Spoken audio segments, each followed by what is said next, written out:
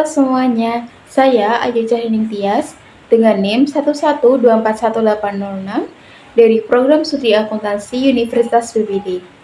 Jadi di video kali ini, saya akan sedikit mempresentasikan tentang rangkuman materi bank dan lembaga keuangan yang mencakup 5 materi utama. Yang pertama ada leasing. Leasing atau sewa guna usaha adalah kegiatan pembiayaan dalam bentuk penyediaan barang modal.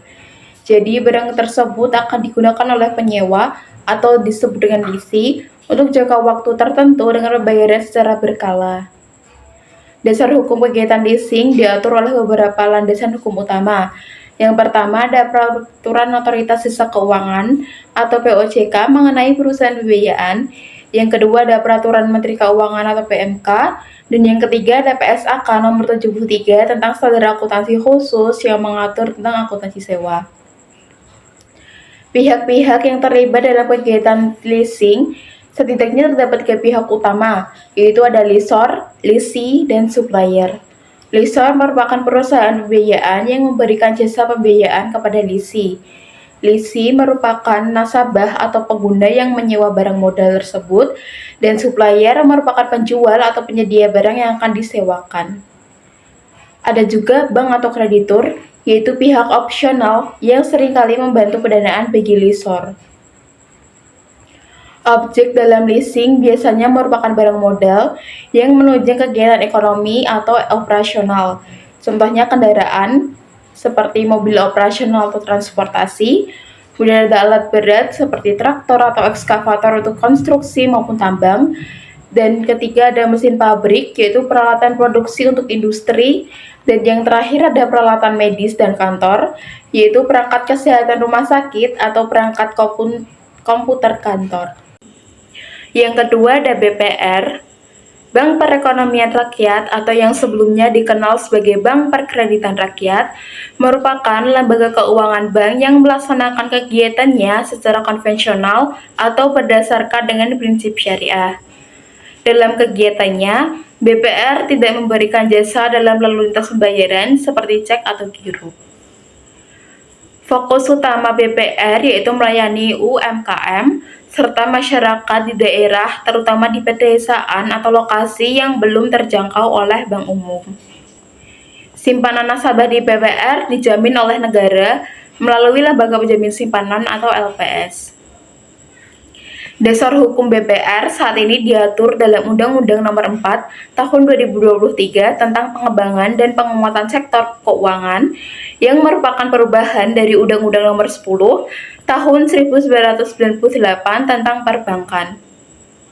Bentuk badan hukum BPR dapat didirikan dalam bentuk perseroan terbatas atau PT, perusahaan daerah atau PD, dan koperasi.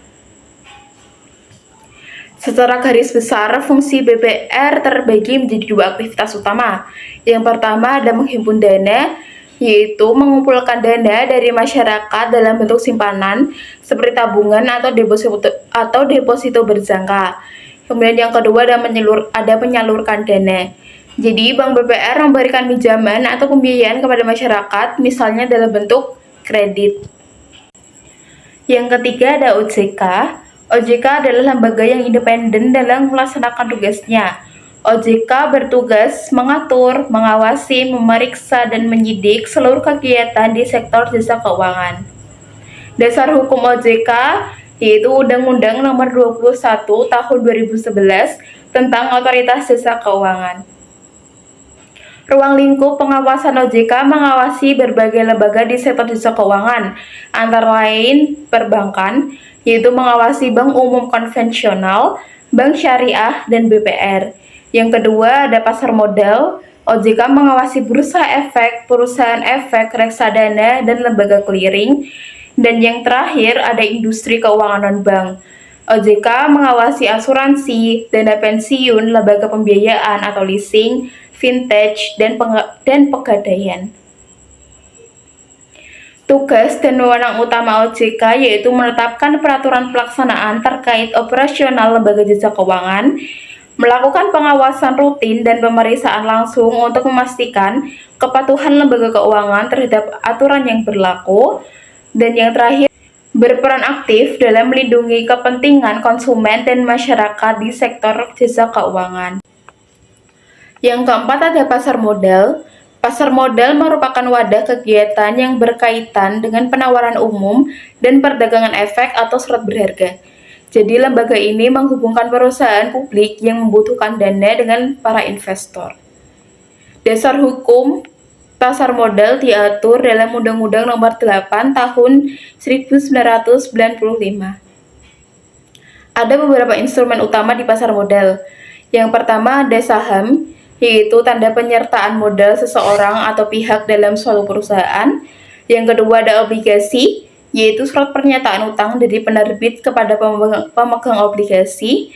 Yang ketiga ada reksadana, yaitu wadah untuk menghimpun dana dari masyarakat pemodal untuk diinvestasikan dalam portofolio efek oleh manajer investasi. Dan yang terakhir ada derivatif, yaitu kontrak atau perjanjian yang nilai keuntungannya terkait dengan kinerja aset lain.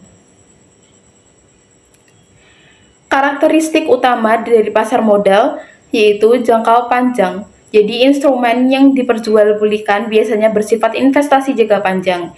Yang kedua dari risiko dan imbal hasil, selalu mengandung unsur risiko namun juga menawarkan potensi imbal hasil atau return. Yang ketiga ada mekanisme pasar, yaitu harga terbentuk melalui kekuatan permintaan dan penawaran. Dan yang terakhir ada transparan dan teratur.